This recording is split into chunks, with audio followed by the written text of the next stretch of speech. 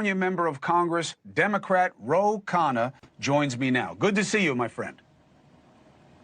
Great to see you, Chris. Thanks for having me.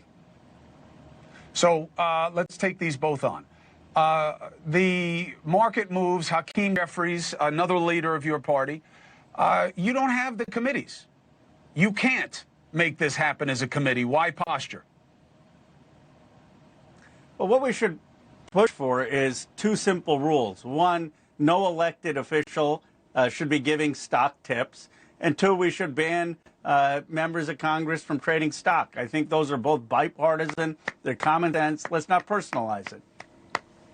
Nancy Pelosi's going to punch you in the face, Ro. What are you going to do when Nancy Pelosi punches you in the face?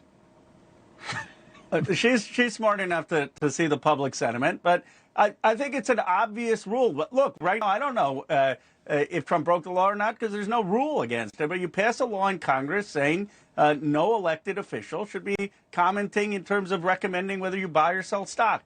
And secondly, you say no member of Congress should be engaged in the buying or selling of stocks. I think you'd get 70 to 80% approval on this. And I look at someone like a Chip Roy or Buchheit, who you've had on the show, and they're for some of this.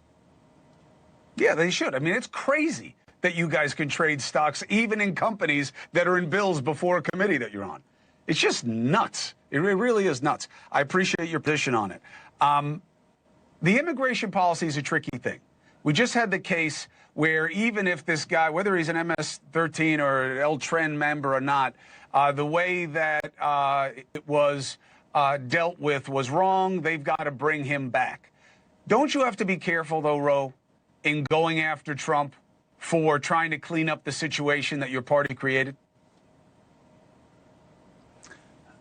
Trump was elected to make sure that there's a secure border, but he was not elected to trample on people's due process. You know, I'm going to Yale Law School on Tuesday to give a speech on this. I mean, 9 Supreme Court justices unanimously agreed that this person has legal rights and you have due process. You go back and look at Lincoln. He says, my problem is not making sure that the murderers get justice. It's just making sure that before you give someone justice, that we know they're a murderer. That's all we're asking. If this person's actually an M13 gang member, fine, deport him. But how about we find out whether he's actually a gang member first? And that's what the Supreme Court, I was proud of the Supreme Court, that they unanimously said he is entitled to due process. I don't differ with you on the point. Due process, you'll probably know who said it, that those are the two most important words in the law, due process. But politically, don't you risk being on the side of the bad guy?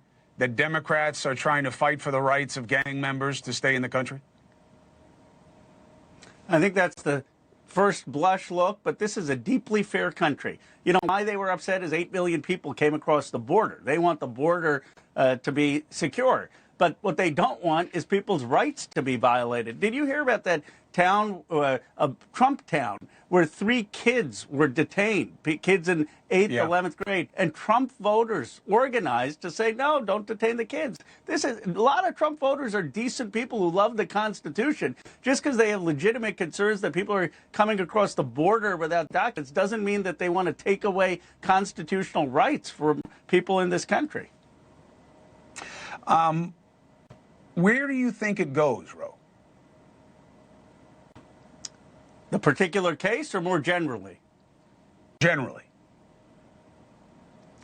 I think we've come to a common sense understanding in this country that we need a secure border, that there's a process to come in. We're a nation of laws and a nation of immigrants, that when you come in, like my parents immigrated, you want to make sure that people learn English, they celebrate America, they understand the history, and then they contribute, and that we also can understand that we respect due process. I actually think that there's 70–80% agreement on the basic framework. They think we didn't do a good enough job standing up for secure borders and talking about the responsibilities of immigrants, not just the rights.